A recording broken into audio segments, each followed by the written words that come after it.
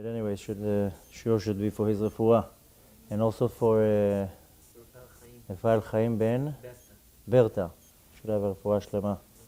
And bechlal, all Am Yisrael need Yeshua and Hatzalah. It's very hard times now for the Jews in Eretz Yisrael, and the Jews are all around the world. It's another wake-up call that we all have to wake up and do tshuva, and not only think about ourselves, also think about all the people around us. They also need to be woken up. And it's our responsibility, first of all, to do what we need to do, and also make sure that other people do it. Some people say it's not easy, but we have to do whatever you have to do whatever you can. I mean, I have a question about that. It seems like more and more are women dressed like inappropriately, and I don't know. Like, I walk by them, so should I say something? But it seems pointless. Like, they know what they're doing, no?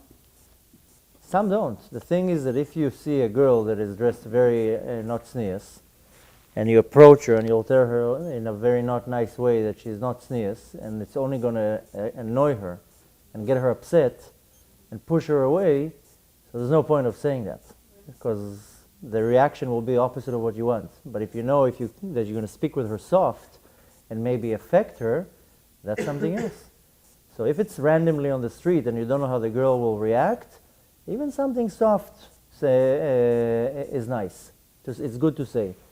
I was thinking to maybe do the opposite. And when I see somebody who is dressed in it, just like say something nice, and then maybe it'll like kind of like. That's also good. You know what my daughter did? My daughter is in 4th grade. So her and a couple of friends with her class, they made these little cards. And they went in the neighborhood where I live, which also there, a lot of girls don't dress so modestly. And every girl that they saw that is not dressed 100% perfect, they went and gave her this card, and the card says, "Please dress modest because we're looking at you." Like the little girls. Because what happens really is the little girls look at the teenage girls, they see how they dress, and they want to be like them, and they think it's normal. So the little girls go to the older girls or the mommies, and they tell them, "Please dress modestly because I'm looking at you." So they did a nice campaign. Then they did a different campaign. It was a little bit more harsh, but they went to the married women, and they told them, "Do you want your husband to look at you, or do you want my husband to look at you?" Like they did it, not the girls, the mothers. Yeah. They should have buttons like that. So they went and gave these cards. "Do you want your husband to look at you, or you want my husband to look at you?" So it was pretty harsh to the face. Now, in a frum neighborhood, it's just a wake-up call. People will less get upset because I was caught. Maybe I should change my way. But in the middle of the street in Manhattan, you tell to some random girl, the effect is going to be opposite. If you want to really make an effect, is either you make it in the surrounding around you, or if you want to talk to somebody random, you have to make sure that you're approaching in a very effective way that they're not going to be pushed away. Somebody can very easily be upset that you just approach them, and who are you to tell me how to dress? So it all depends. If you think you're going to do damage, don't say anything. That's the easiest thing. It's not only for this, for anything. If you think you're going to do damage to anything, anybody you approach with what you're about to say, it's better not to say anything.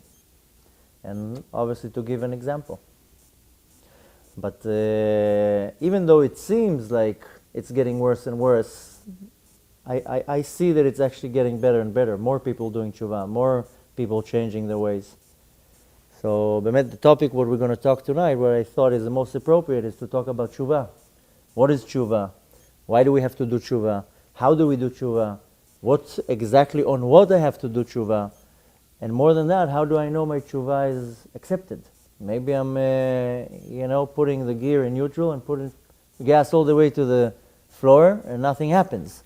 So maybe a lot of people, they think that they change something and they don't really know. In Shamayim, that's not valid yet.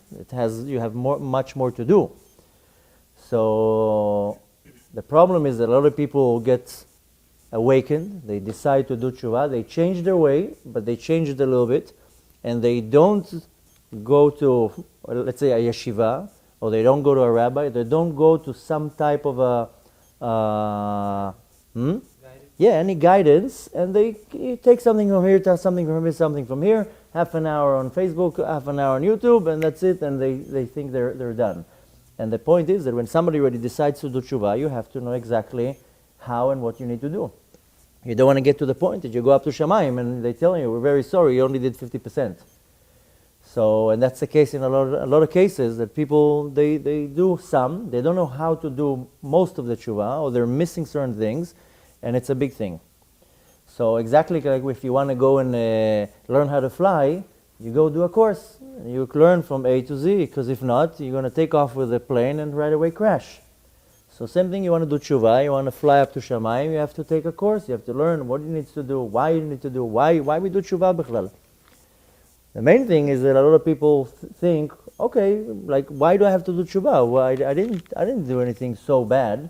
A lot of people that I reach and approach, they're telling me I'm a good person. Okay, maybe here and there I'm missing some things, but I don't think I did severe sins.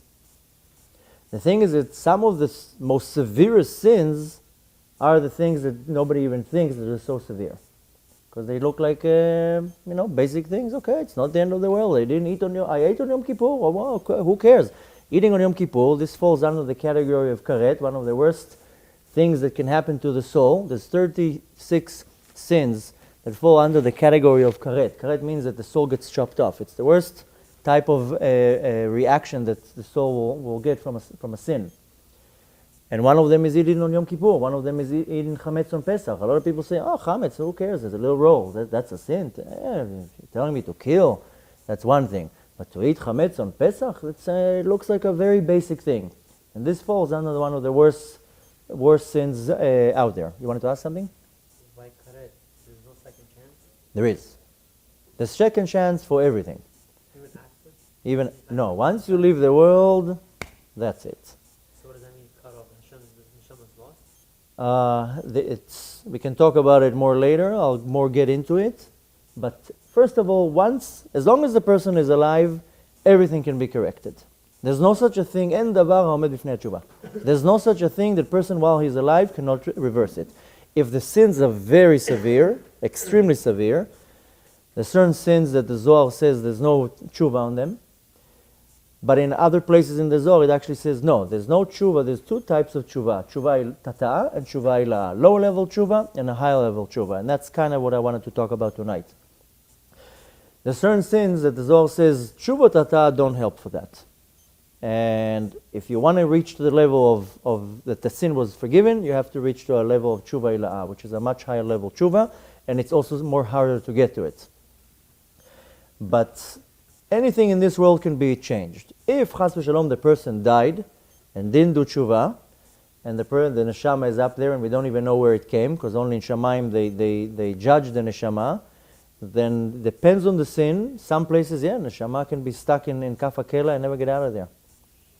So that's why it's so important. That's why when you see a person and you know that they're severely sinning, you in one way you say, okay, it's not my business. But on the other hand, you're saying, wait a minute, I can save this person's eternity. I need to do something. How I do it, that's a whole different thing. But I have to do something. If I see somebody driving on Shabbat in front of my eyes, I'm literally seeing a person that is taking away his eternity. What's kaf hakela? Kaf hakela, there's 4 types of worlds. To make it in a long story short, there's Holam Hazeh, is this world. And there's Gan Eden, there's Olam Haba, there's Gehenom, and there's also Kaf HaKela. Gehenom is not as bad as we think it is. How are you? Gehenom is not as bad as we think it is, because Gehenom is a washing machine for the neshama, for the soul. If the soul sins, it goes up to Gehenom and they wash it off. It's not so fun there.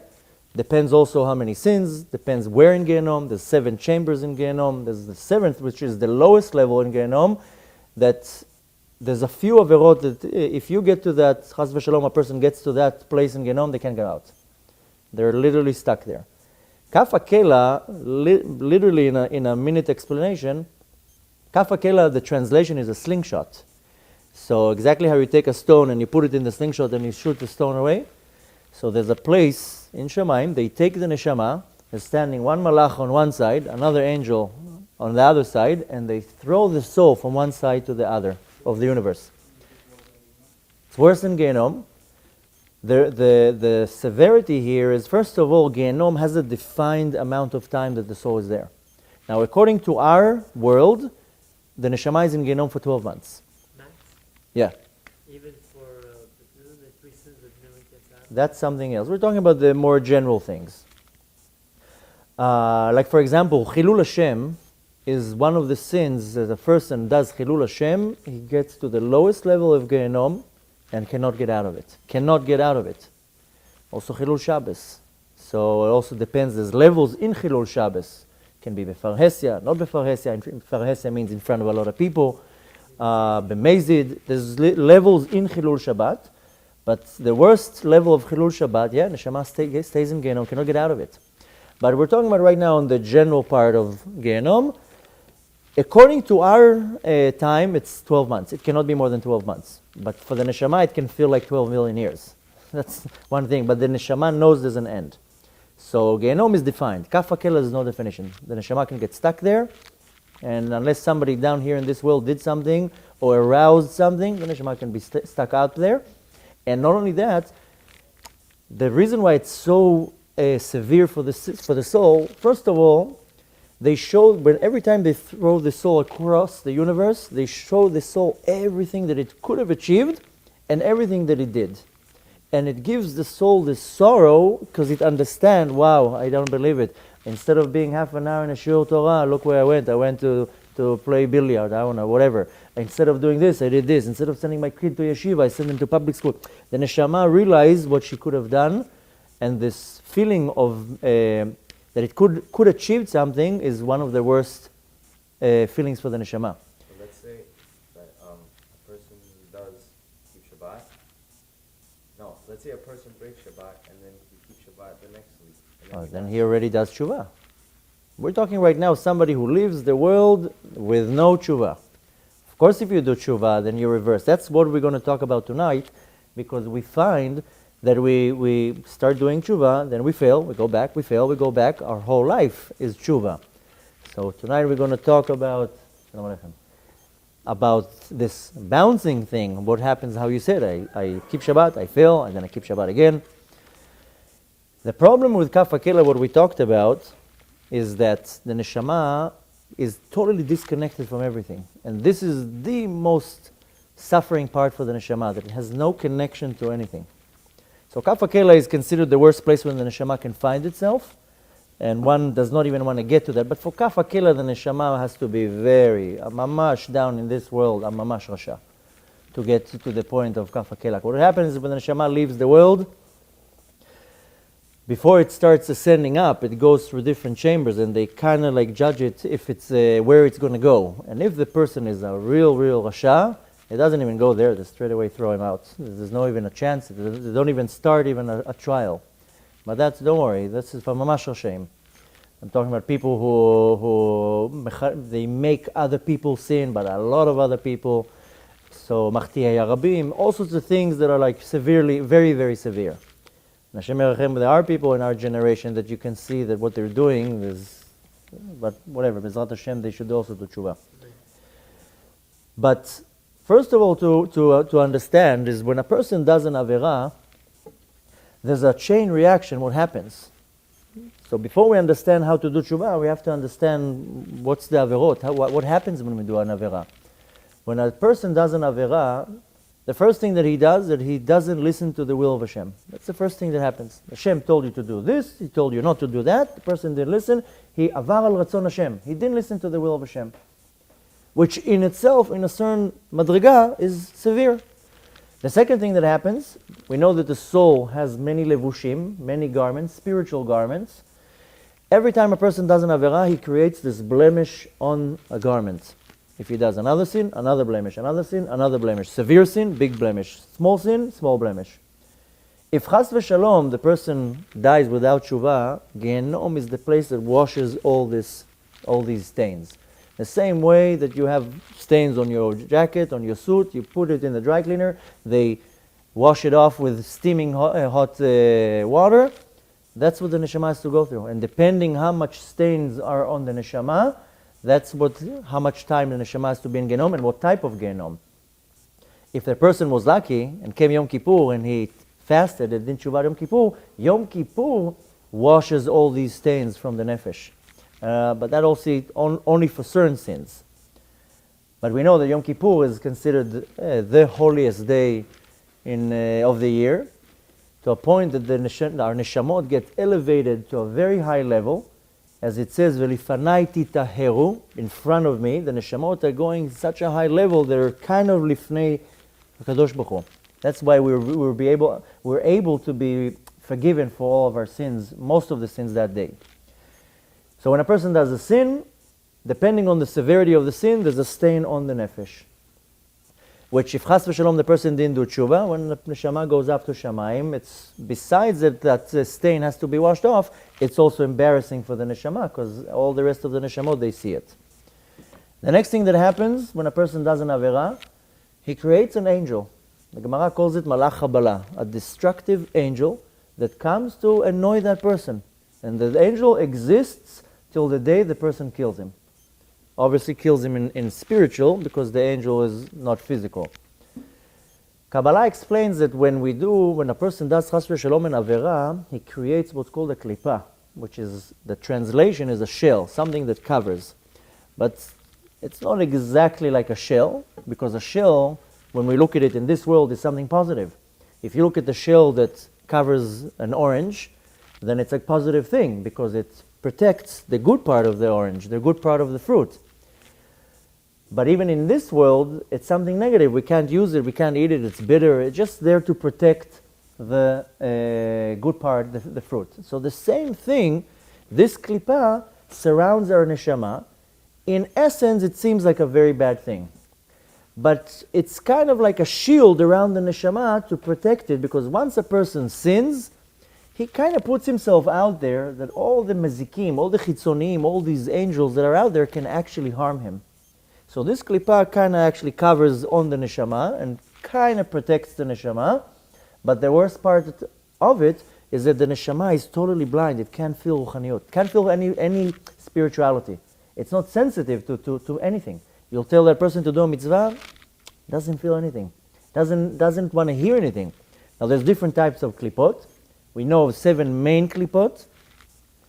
One of them is klipat Amalek. All these 7 klipot are corresponding to the 7 nations that we had to conquer when we went out of Mitzrayim. One of them is klipat Amalek. Amalek, we know that when we read in the Torah, it says, Asher karcha baderech. Karcha means he cooled you down. The klipa of Amalek comes and cools the person down. The person becomes excited to do a mitzvah, right away the klipa cools him down. No, it's okay. You don't have to go to pray right now. You can stay home. It's fine. The person gets excited to go and pray. No, it's fine, relax, it's fine. So you turn to a person and you tell him about Hashem, right away all the excitement gets off. Person comes to a lecture, I see people come to my lectures, they get all excited, the next day they wake up in the morning, nothing's there. Why? Because this klipa cooled them completely down. So we know there's many different types of klipot. We know of 7. There's one general klipa, corresponds to the nation of Midian. Maybe we'll do another shiur one time about all the klipot and how we actually battle the klipot and how we break the klipot. But when a person sins, he creates this klipa, another layer and another layer and another layer, and you have to break it. It's not about, when you do tshuva, it's also you have to start breaking these klipot, because they stay around the neshama and they disturb you to serve Hashem. They either cool down the excitement, they put in doubts in you, they put all sorts of thoughts in your mind. This klipa controls mainly, because it's very high level of spirituality, it controls the garment of machshava. Because we know that we have 5 levels of the neshama. The highest level of neshama is the yechidah. Below that is chaya. And then we have the neshama, ruach, and nefesh. We mainly correspond to these 3 levels. The neshama is very at the highest level of all of them, and it gets dressed in the ruach and in the nefesh. So we mainly move and interact in this world using our nefesh. But the nefesh has all these levushim, these garments that we talked about, mainly broken down to 3 categories: machshava, dibur, and maaseh, thought, speech, and deed. So when a person does an avera, it can be in the level of machshava, just of thinking. You can think of something, and that's considered an avera.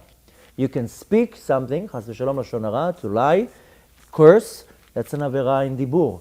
And then of course there's avera in action, which a person can do a physical avera. So each level corresponds to a different levush.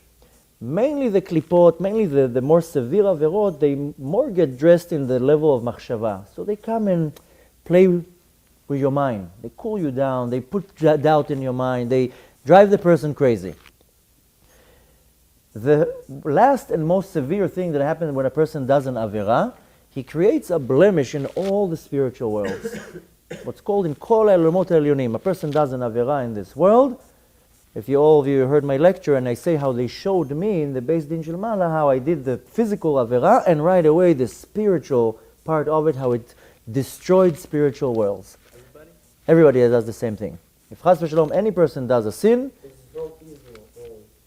it's all what? In this world and mainly spiritual worlds. That's for sure. But the blemish is also in olamot elyonim. We're not going to get too much into that, but it's very important to know because a person needs to do tshuva to fix that.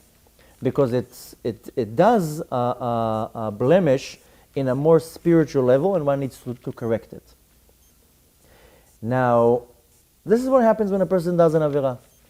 Now we know that in the Gemara Masechet Yoma, it says that there's 3 types of kaparot. If a person didn't listen to a mitzvat aseh, he didn't listen to a positive mitzvah.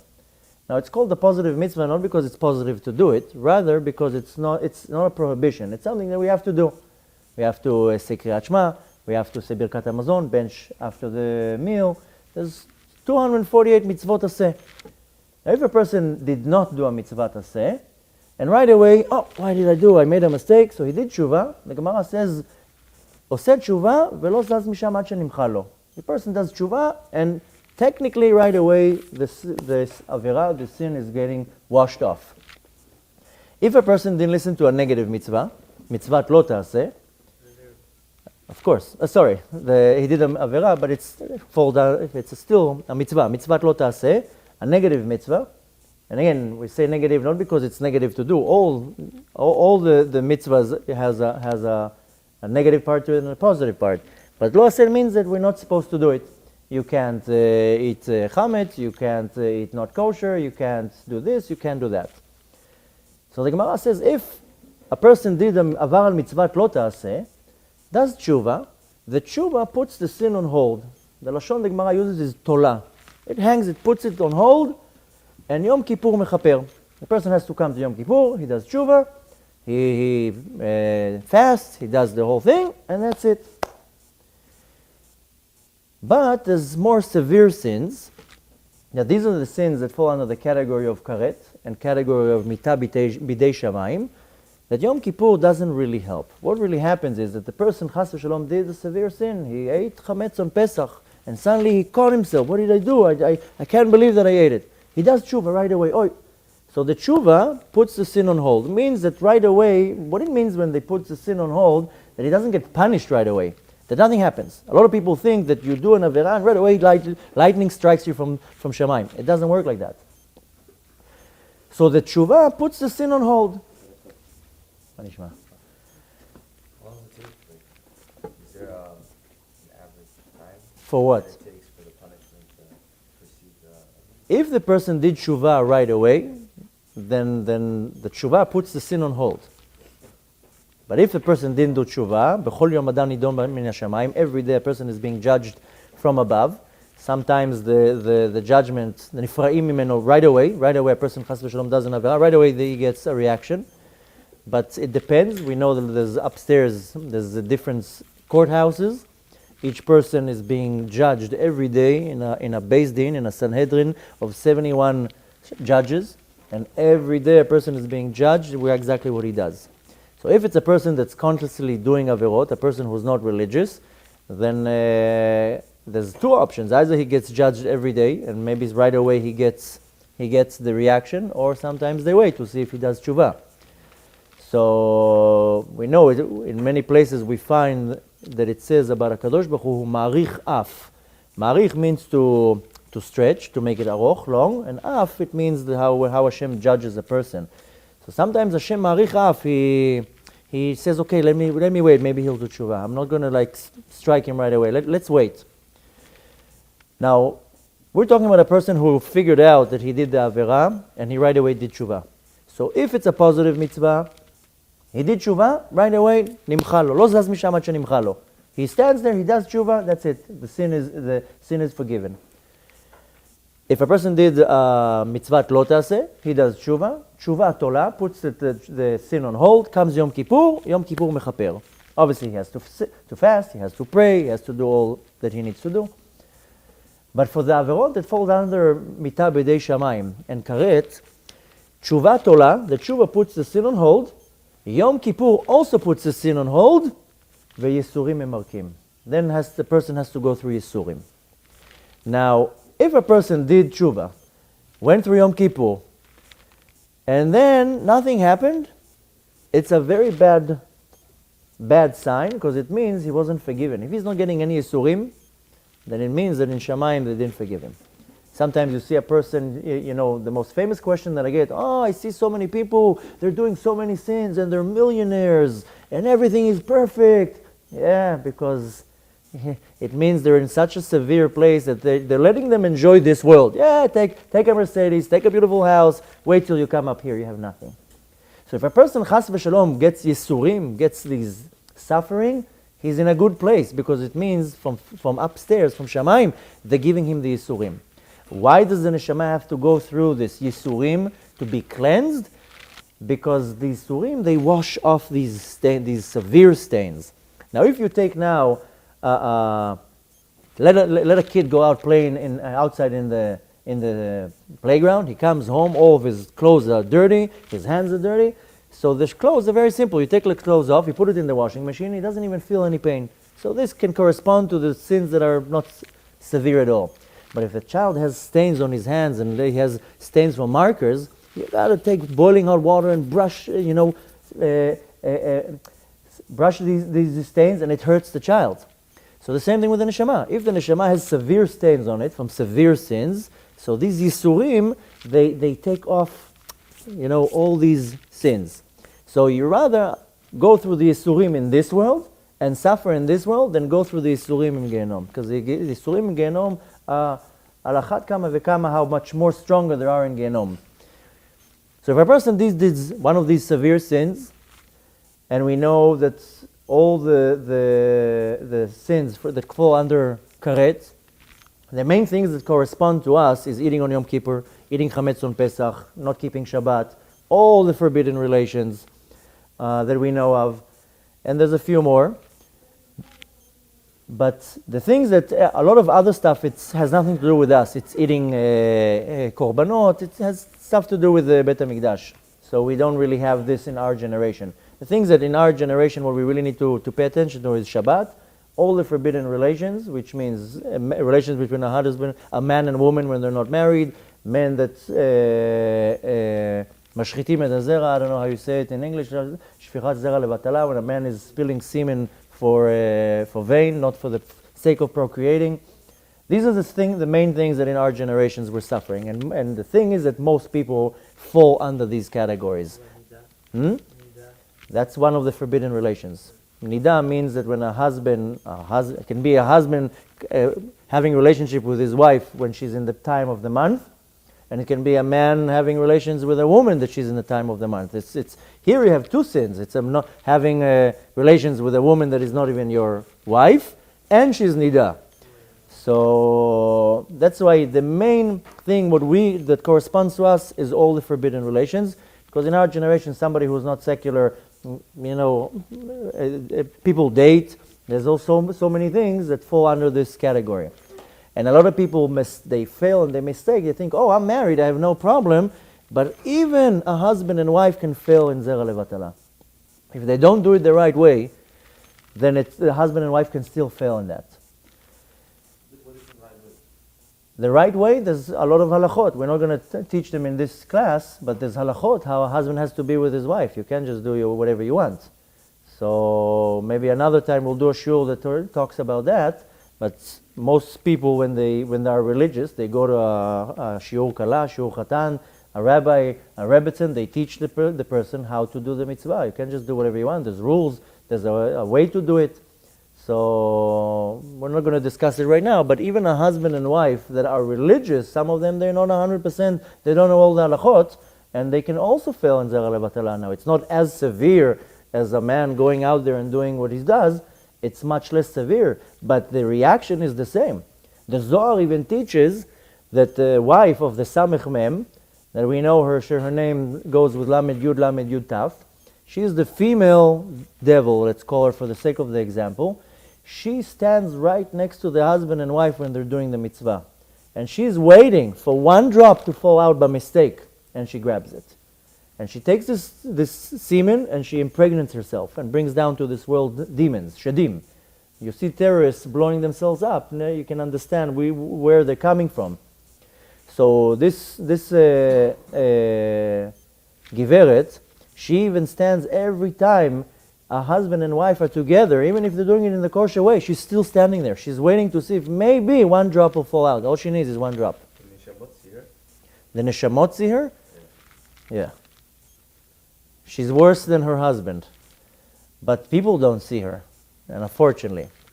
But unfortunately, in our generation, this is the severest and most common sin in our generation, that all the Gdolim, even thousands of years ago, Rabbi Shimon Bar Yochai said 2,500 years ago that this is going to be the sin, all this pritzut and all this problem is going to be right in the generation before Mashiach comes.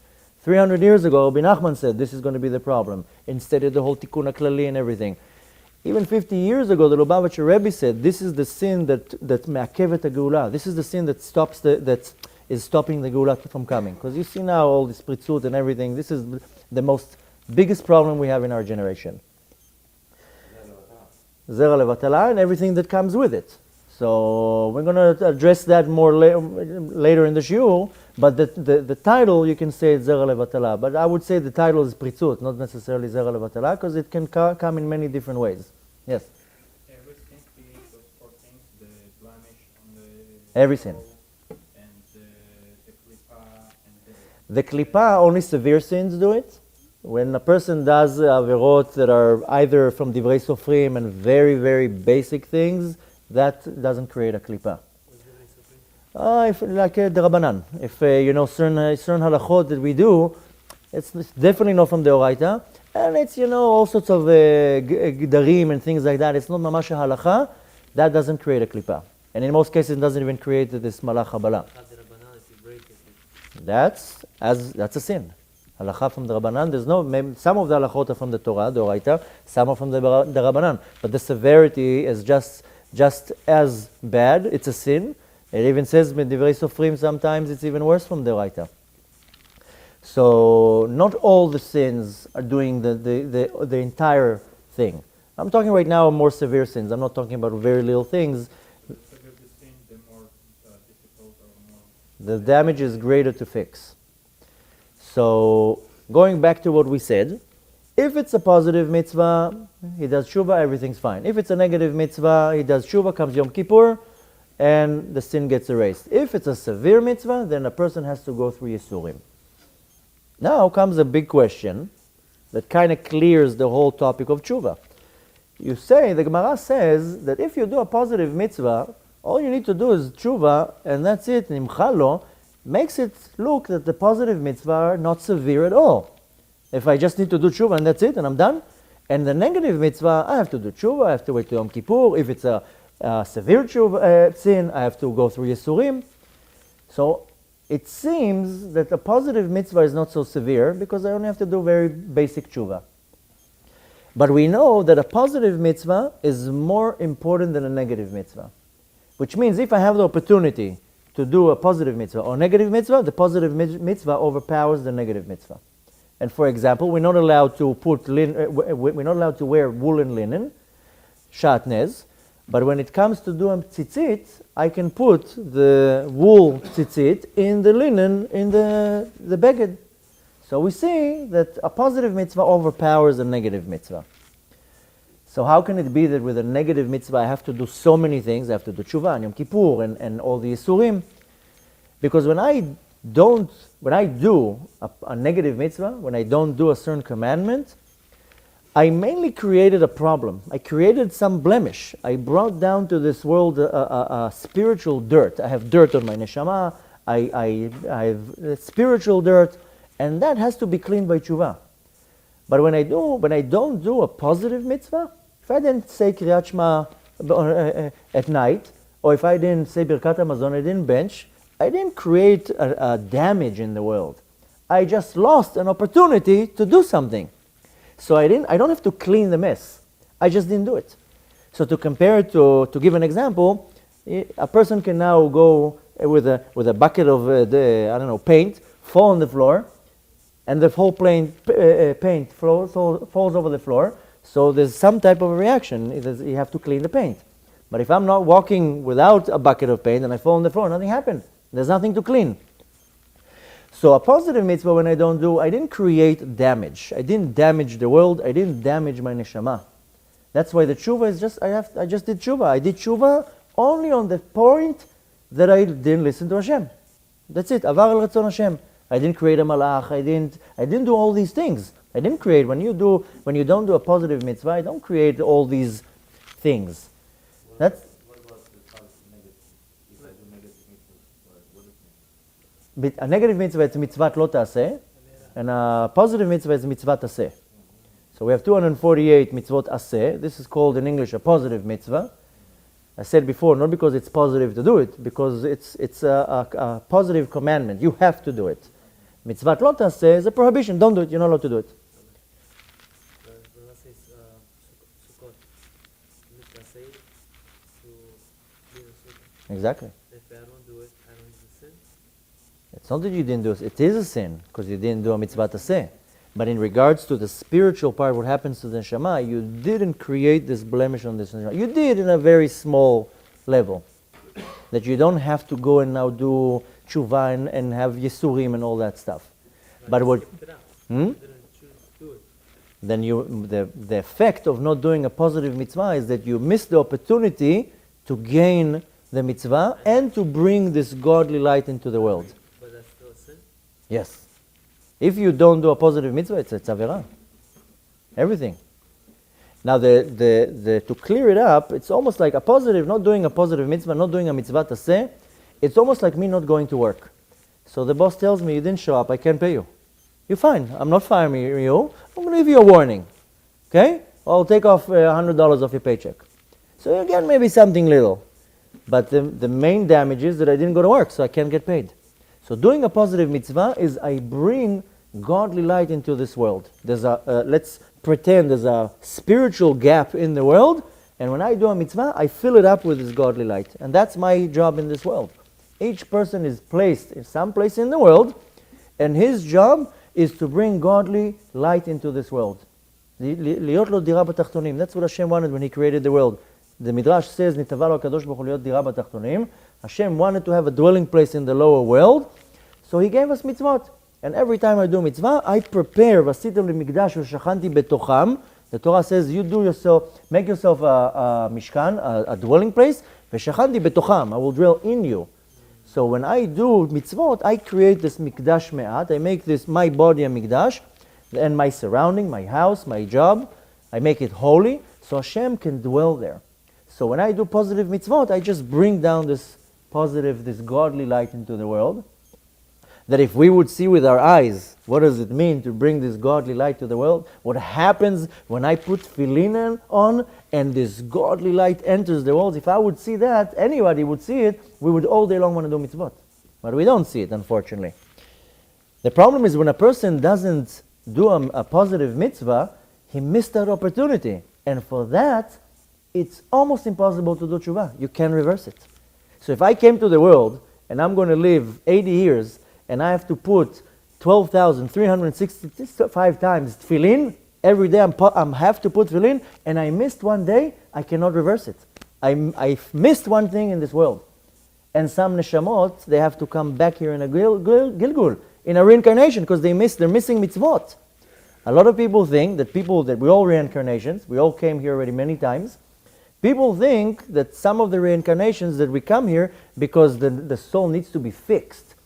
Not necessarily. The Arizal says most of the Gilgulim is because we're missing mitzvot. I have a capacity that I have to do, and I'm missing it. And I have to do all the mitzvot, all 630 mitzvot. B'machshava, dibur v'maaseh, all three levels of that we can do. So throughout the whole life, there are souls who miss just one mitzvah. Yeah. Now, if it's a soul that would miss just one mitzvah, then not necessarily they come down for a whole lifetime, a whole gilgul. Sometimes, if a person missed one mitzvah, that's in a level already of a tzaddik. And in this situation, they don't necessarily make the person come into a reincarnation in a gilgul. That neshama can get impregnant into a person that is alive, do the mitzvah, and then it leaves. So that happens a lot. So the person who's alive doesn't. The person that is alive got assistance from that neshama. They did the mitzvah together. The neshama who missed one mitzvah goes back up to where it has to go, and the person got its assistant here. They could use it as to go into a person. Yeah, the neshama goes. It's called ibur. It's a famous inyan in mystical teaching. The neshama comes down here. Let's say, imagine a neshama goes up to Shamayim. Perfect, that's tzaddik. Everything was good. He's missing one mitzvah. So they say, we're not going to put him now back in a body. You know what it is for the neshama to come in a reincarnation? It's severe. You can't even imagine. The neshama has to go down all the seder ishtalshuliyot. He has to go into a body. He has to go through birth. Has to live in this world. This is not an easy world. And then he has to die again and go up. So Hashem doesn't let the neshama, just like that, go through all this. So the neshama can come and get impregnant into a person.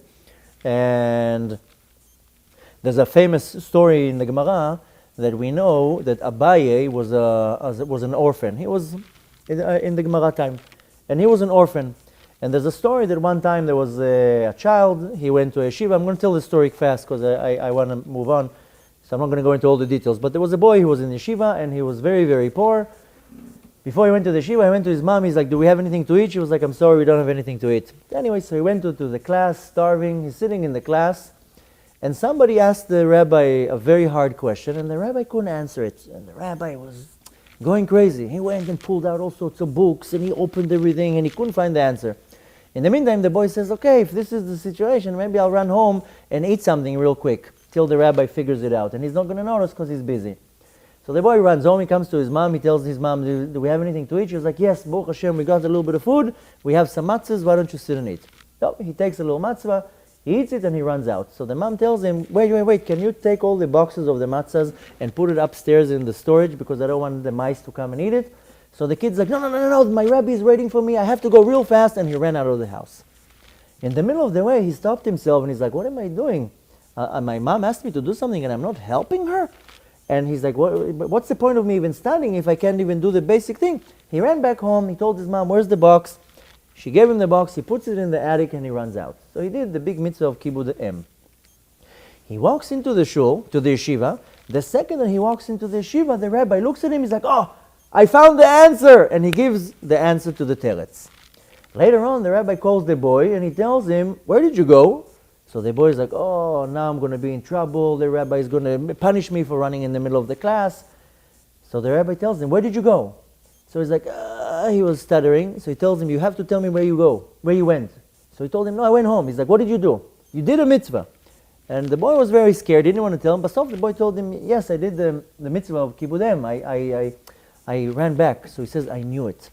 Because the second that you walked into the Bet Midrash, Abaye walked in with you. And this question that I couldn't find the answer was answered by Abaye. And the second you walked in, he walked in too, and I got this enlightenment, and I was able to answer. So Abaye, we know he was an orphan. He didn't have never the option of doing Kibud Avim. So he's not going to come down here in a reincarnation. So the neshama came down into this boy. The boy had to do Kibud Avim.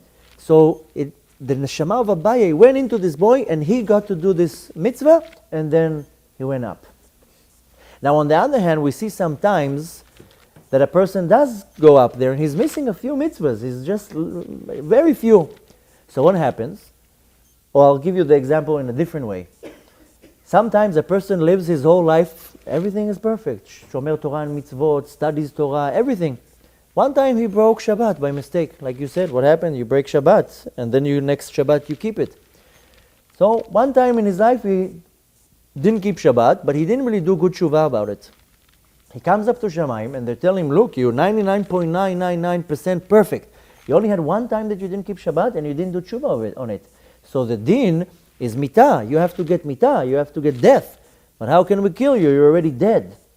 So what they do in a situation like this, they send the soul down in a reincarnation, and then you see suddenly a 9-month-old baby die, a 2-year-old baby die. Why? He just came here to this world to stay here a little bit, and then he gets his death and he goes up. So for us, we look at the baby and like, why does the baby have to die? Yeah, because it was such a big soul. It missed one mitzvah. He just had to do the tikkun to come here to get death, to be punished by death, and he goes up and he cleans. Can we be happy when the baby dies? Technically, yeah. You can be very happy. We have to mourn. Huh? Then why do we have to bring it mourning? We should say, There's first of all, tzaddik son or daughter. mitzad adin, you have to mourn. Anybody. You know, look now at the soldiers that die. These are called harugei malchut. You know what a level it is to be a harug malchut? To down Kiddush Hashem. This is one of the highest levels the neshama can reach, is to down Kiddush Hashem. So why do they mourn? Technically, one should be like, wow, my son is such a tzaddik, I don't need to mourn on him. So mitzad adin we have to mourn, because it's still, we're in this world. These soldiers, I'm not saying all of them. Maybe one of them was Mehel Shabbat. Racist. Even if they're the worst, they But still. he did a sukkun, he goes straight to... Yeah, they go Doesn't straight. pay. Yeah, Doesn't pay for 20, 30, 20. yeah. A person can be totally rasha, like a soldier, that totally sexual mechalel Shabbat, does everything, goes and dies in a war. He's a harug malchut. The mitah mechaperet on everything. The mitah, no, the death. The death mechaper on all of his sins, and this soul is a harug malchut.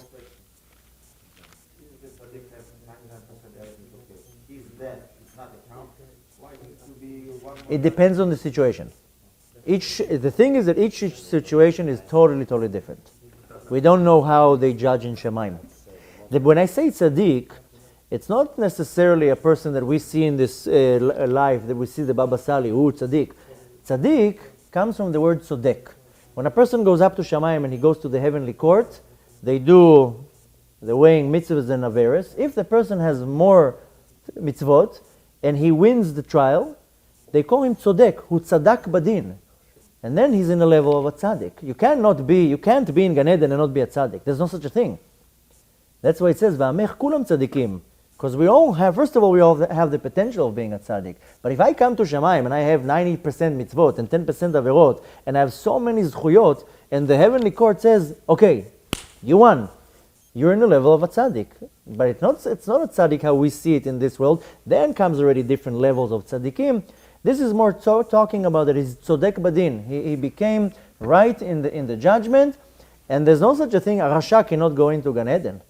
So some of the people who are tzodek badin, they go to Gehenom just a little bit to wash some of the sins, and right away go back into Gan Eden. So what I said, the example I gave before, each person is getting judged completely different. A tzaddik like Abaye, they didn't give him to get reincarnated. They just tell the soul, you can go and get pregnant in this boy, and you're done.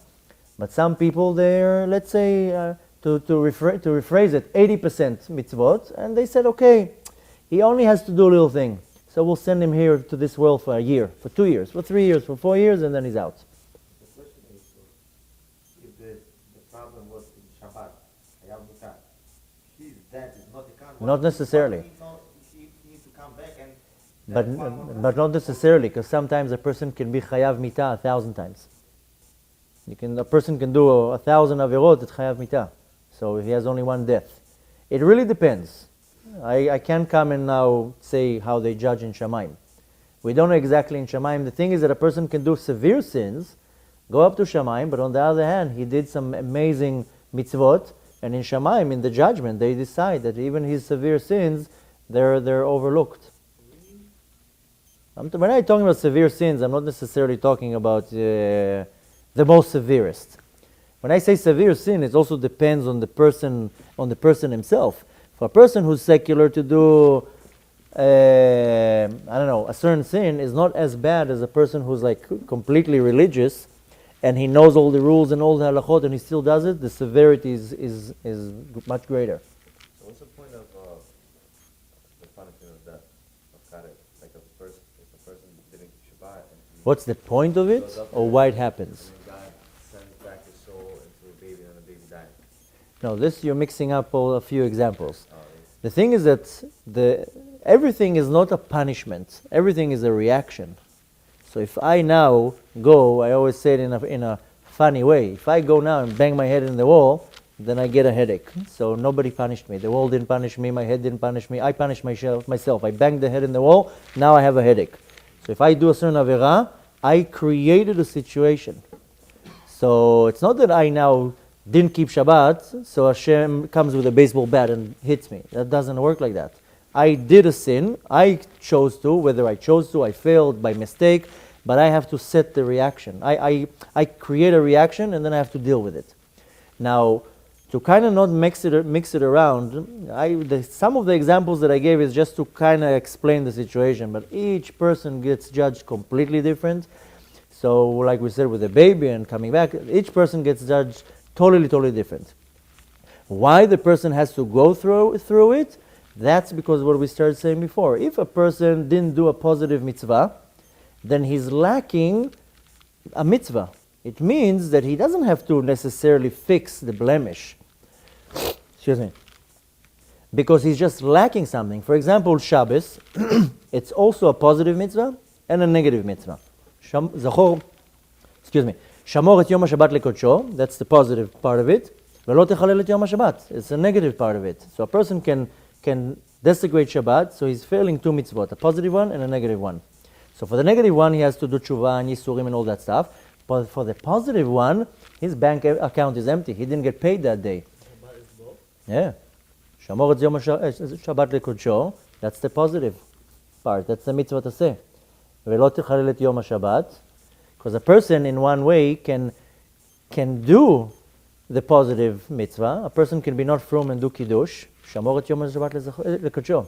He did it. He remembered the Shabbos. But he was mechalel the Shabbos the rest of the day. So Shabbat is more tricky here. The thing is that when a person doesn't do a mitzvah taseh, it's more severe in essence because he's lacking what he was supposed to do. It's literally not going to work that day and then you don't get your paycheck and you're missing it. So the tshuva for a mitzvah taseh is even much harder because you can't, it's not that you just do tshuva, you don't do the sin anymore and that's it. You have to work real hard. Now the same thing with the mitzvah, with the sin of mitzvat lo taseh. If it's something very minor, then you do tshuva, Yom Kippur comes, and the sin is washed off.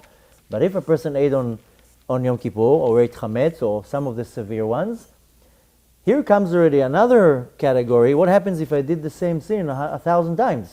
So how do I start fixing that? Because one time I can only do tshuva one time. So, to do tshuva, meaning not to do the avera anymore, this is what's called tshuva tata'ah, a low-level tshuva. Just refraining from doing the avera. Technically, that's it. I did tshuva. I'm not doing the avera anymore, and that's it. I'm done. So I have to have regret that I did the avera. I have to have a Kabbalah la'atid, have a decision. I'm never doing it again. I have to be a little bit upset a bit. I have to do vidui. I have to bang on my heart a few times. And technically, that's it. I'm done. I did tshuva. I'm never doing the sin anymore. This is called tshuva tata'ah, a low-level tshuva. And this tshuva doesn't affect the severe sins. It does not affect all the mitot beidin and the kretot and all that. It doesn't help. Now, on the positive mitzvah that a person didn't do, this tshuva tata'ah also doesn't help to reverse what I'm lacking. When we want to do a real tshuva, we have to reach to the tshuva ilah. We cannot settle for the tshuva tata'ah and say, okay, that's it, I'm not doing anymore. I used to eat not kosher food, I'm not eating the kosher food anymore. That's it, I did my tshuva. It's not enough. And this is where a lot of people, what we said in the beginning, that a lot of people, they don't know all the rules, so they think, oh, that's it, I'm not doing anymore, and I'm done. So in some mitzvot, no, you have to do such a tshuva, you have to reverse the situation. And the only way to reverse it is what's called in tshuva ilah. One of the ways of reaching the tshuva ilah is through prayer. Because when we pray, we elevate the soul to the level of where it originally came from. So a lot of people don't see the importance of praying. They're like, okay, whatever, no, I don't see such greatness in it. Okay, so according to halacha, I have to say Shema at night. I'll say Shema. What do I need to pray the whole Arvit? I'll just settle for 2 minutes, for 2 psukim, instead of doing the whole prayer. One of the ways of living, of reaching tshuva ilaha is through prayer and doing it obviously the way it's supposed to be done. Now, here comes a question: is that technically prayer is considered a mitzvah d'oraita? It's not a mitzvah midrabanan. What the mitzvah from the Rabbanan is the times of the prayers. So if a person didn't pray, he forgot to do Arvit, for example, he has here that he missed the mitzvah of Kriyat Shema, but he also did the Avera that he didn't pray it in the right time. So when a person starts to do tshuva, you can't climb right away to the tshuva ilah, because it's almost impossible. First you have to refrain from doing the sin. So here comes a whole new question, exactly what you asked before. What happens if I'm now doing tshuva and, down the line I failed. I didn't keep Shabbat one time. Not that I didn't do it on purpose. I forgot by mistake. I lit up the light. By mistake I opened the fridge. I don't know. I did something. So when we're in the process of tshuva, we're constantly going up and down, and I fail and I get up, and I fail and get up. So how is it looked upon in Shamayim? And you even asked that last time, what happens if I do tshuva and sometimes I fail, sometimes I do it up again?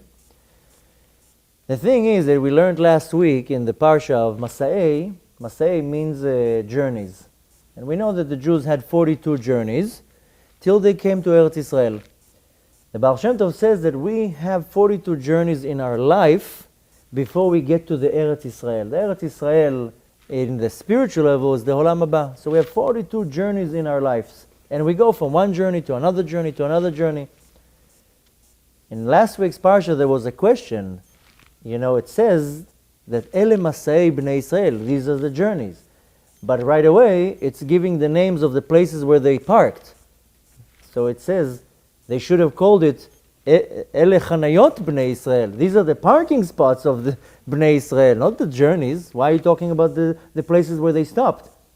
So the explanation is very simple, that every journey that you do, you have to move from one level to the next level. Today I'm here, then I have to go into a journey and I have to reach to that level. So when I'm working to reach to that level, to the next level, the whole journey is part of it. So my entire life is a journey. So if right now I'm starting to do tshuva and I'm working on my Shabbat, that journey might take 3 years, might take me 10 years. That in that 10 years, one time I keep Shabbat, one time I don't keep Shabbat, one time I dress a certain way, then I don't dress. You're in the journey. You're in like this gap. So it's not that every time, chas v'shalom, you fail, right away a lightning strikes you from Shamayim. No. The second that you say, I'm doing tshuva, haba leta'er mesayin lo. A person that decides, that's it, I'm doing tshuva right now. I'm entering into the realm of tshuva. So every time that I fail, I'm not right away being judged in Shamayim, he failed. No, I'm in this journey right now. So I have a year, 2 years, 3 years, 10 years that I'm in this gap. So when you asked before, but sometimes I fail, what happens? Right away, Hashem tells, no, let's wait to see when he does tshuva. If you do tshuva right away, if you do tshuva after a month, after 2 months, you're not right away standing, there's not a sniper up there like this and waiting to shoot the person. That's when you're in the level of tshuva. Now, for example, with me, it took me, let's say, at least 2 years to start keeping Shabbat. So in the beginning it was barely doing anything. So I was doing the positive mitzvah, because I was Shemor et Yom HaShabbat lekodsho. I did certain things, but I was failing in a lot of Chilul Shabbat. But even when I was almost really completely keeping Shabbat, I was here failing, there failing. Up until today, one can say, I'm failing. When I read Hilchot Shabbat, all the laws of Shabbos, I find out so many times, I didn't know I'm not allowed to do that, and how many times I did Chilul Shabbat. But I'm in this gap, that in this gap you can fall and get up, and you're not severely judged, or sometimes not even judged at all, because right now you're in this journey. When you master this journey, and you totally dress the same way that you want to dress, you don't go back to that even level. So if I had a period of time that it took me half a year to get used to putting tefillin every day. One time I would forget, one time I didn't forget. I'm in that gap, in this journey. So So when a person decides to do tshuva, then he's being looked upon from Shamayim in a total different way. As the Mishnah says, "V'kol chayecha yu b'tshuva." All your life is tshuva. And a person can take him 10 years to climb up to the next level. This is his journey. This is one of his journeys. And they're actually helping him from Shamayim. And the fact that a person fails in that journey, it's only because they want to either test him, give him a nisayon, see how he behaves. But mainly a person can fail over and over and over because Hashem just wants to see how he gets up, not how he falls. It's very easy to fall, but it's hard to get up. And sometimes a person can be repeating a certain sin over and over and over.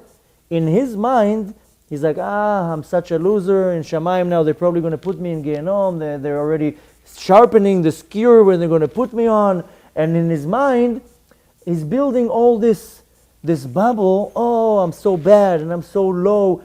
And what happens as a result? Okay, so I'm so bad, why should I go tomorrow and pray? And I'm so bad, why should I keep Shabbat? And I did such a severe sin, why should I even wear tzitzit? Why I feel like a hypocrite? And this is just what's called the etzot hayetzer. It's the yetzer hara, this klipa, that comes into your brain and says, you sinned yesterday. How dare you go tomorrow to this shiur Torah? Look how much sin you have on you.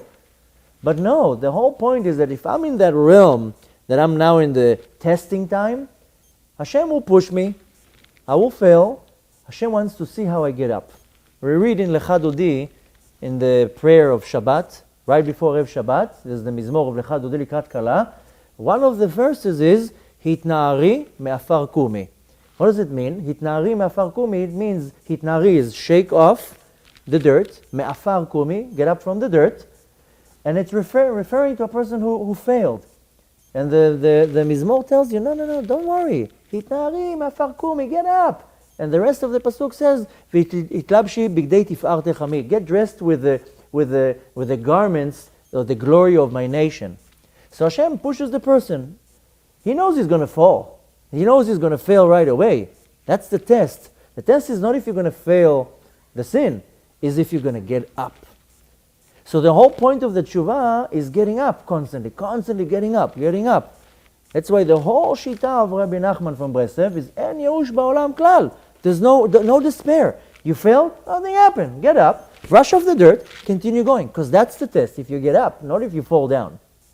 So a lot of people think, I'm so bad, why should I bother do this? Why should I bother do that? Why should I bother do this? I did this sin and Avera goreret Avera. So I failed in this thing. I wake up in the morning, I did such a bad sin last night, why should I even go and pray shacharit? I'll put tefillin on just at home. Then it's already 4 o'clock in the afternoon. I missed the time of Shema, so no point of putting tefillin anymore.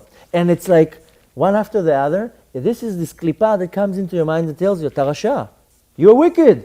How dare you put tzitzit, you hypocrite. Look what you did last night. And that's how the klipa works. So he wants already to push you away and away. That's why we have so many gedarim, so many fences that the sages did, so I'm not going to even come to the point that I fail. And the key to remember that we're all human, and tzaddik asher lo yichyeh shelo yeh ba'aretz v'lo yichta. There's no such a thing. Even a tzaddik, a person can reach to a level of a tzaddik, what's called tzaddik she'eno gamur. Don't come and tell, then later reverse it. There's a tzaddik she'lo gamur, tzaddik gamur. But even a person in a high level can sin. So look, even at Bnei Israel, they just received the Torah. They came out of Egypt, saw miracles that we cannot even imagine in our mind, and then they go and they do the sin of the golden calf. Look at Adam HaRishon. He was created by Hashem. He saw Elokut and he still failed. So who are we not to fail? So the whole point to remember is that there's a point why we fail. There's a point why we sin, because Hashem wants to bring us to a level of a Baal Tshuva. They say, the Gemara says that in Gan Eden there's 7 levels, and each level depends on the person, what he did in this world. The 7th level, we know the highest level, there's nothing there. There's no neshamot there. This is just like the tzinor, where the neshamot go up to a higher level. The lowest level in Gan Eden, the first level of Gan Eden, we know all the girim, the converts are there. The second level of Gan Eden is the people, of course, everybody is in the level of a tzaddik, because obviously they're not in Gehenom, chas v'shalom.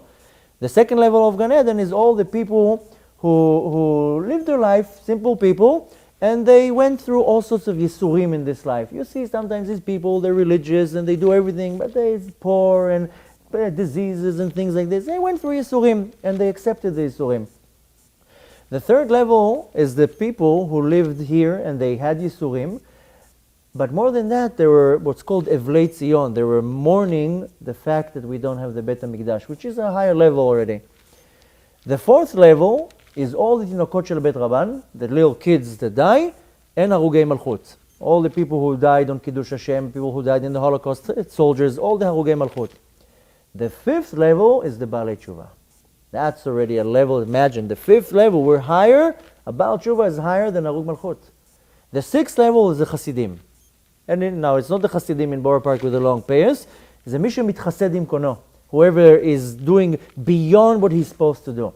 The halacha tells me I can do this. I go beyond what the halacha tells me. I'm more machmir here, I'm more machmir there.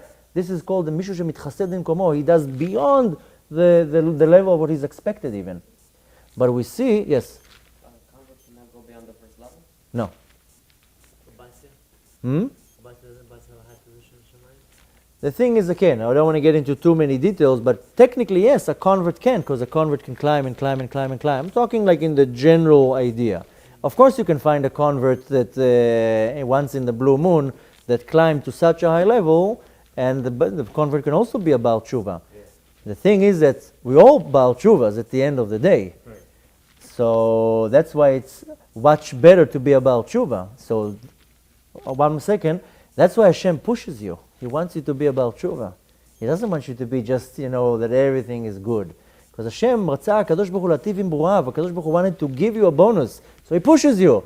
So you can get up and be a Baal Tshuva and say, okay, I'm a Baal Tshuva, I made it. And even if it took me my whole life, I'm still a Baal Tshuva. So technically, yeah, a convert can reach the Baal Tshuva. A convert can reach the level of a Chassid. We want to strive to reach the level of a Chassid. Because we don't understand in our mind what it means, this, huh? Yeah, well, the seventh level, nobody's there. But we want to be, at least in the fifth level, we want to be a Baal Tshuva. So a person that fails, if he looks at it in a very negative way, then he goes down, because the Yetzer Hara, this Klippa, will tell him, you're bad, you're bad, you're bad, fail more, fail more, fail more, and totally wants to get you away from Hashem. But if a person failed, and he gets up, and he sees the bonus in here, sees the benefit, when I used to fail on big things, my thought was like, wait a minute, Hashem pushed me. Obviously Hashem pushed me, it wasn't me. Hashem gave me the Yetzer Hara. It says that a person doesn't do a sin, Ela im ken nichnas baruach shtut. I'm by default, I don't want to sin. It's only if like something from outside came and pushed me. But my way how I used to think is, wait a minute, I already fell. Must be that I fell and there's a diamond on the floor. One time, a long time ago, my boy was very young. He fell down the stairs. And we all ran to see everything's okay. So straight away I went and I started touching his head. And I found he had a tick in the back of his head. Now, if he wouldn't fall, we would not find the tick, and chas v'shalom, he could get a very bad disease. Ticks, they have Lyme disease. This is the disease you can't get rid of. So, because he fell, I was able to touch his head and find the tick, and we were able to take him to the doctor, take it out, and Baruch Hashem, everything was fine. So sometimes you see something bad happens, and wait a minute, no, I actually fell on a diamond. Hashem pushed me right now. Why? So I can take this diamond and elevate it, clean this diamond up. Not only that, but in the level of a Baal Tshuva, I already transformed all this darkness into light. And this is the main core why we sin. Because Hashem wants to give you these bonuses. Now, don't go home and say, oh, great, now I'm going to sin all the time because I'm like just picking up diamonds. The thing is, obviously, a person doesn't want to get to the point that he wants to, so that he sins. But if it already was determined from above that I have to fail, let me just see what I can do here. Now, there's already a concept that is talked about in the Zohar. Hasidic philosophy explains it in a more depth way. But our main avodah in this world is what's called Ithapcha, Itkafia, and Ithapcha. Don't worry, you can go around. Just make sure you're smiling. There's a concept of Itkafia, subduing, and Ithapcha, transforming. Now, the first time when comes a sin and I stop it, I hold myself, I don't want to look in that direction, I don't want to do this sin, I don't want to do that. This is called itkafia, that I subdued the Yetzer Hara. I subdued this klipa. I refrained myself from doing the avera.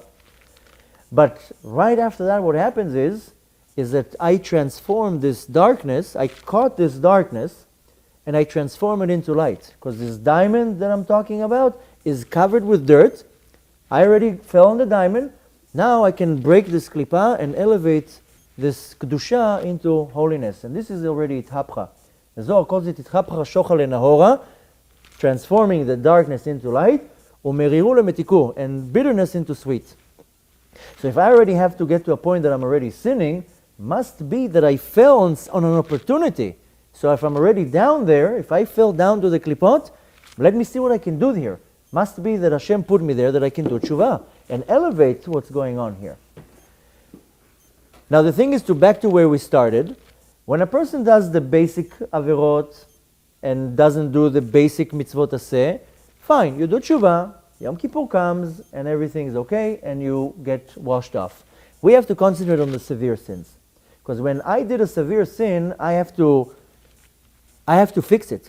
And if I did the same sin 1,000 times, then the job is much harder. And if I did severe sins that are mitzvot aseh and I'm lacking so much, then I have to transform it. And that can only be reached in what's called the level of tshuva ila'ah. One of the ways of getting it is, how I said, is praying. Praying is extremely important. Everybody has to take the whole concept of prayer very serious. Because this is the level how you elevate the soul, that you're able to fix that blemish. Because only once you get elevated to that level, Hashem can actually remove the sin.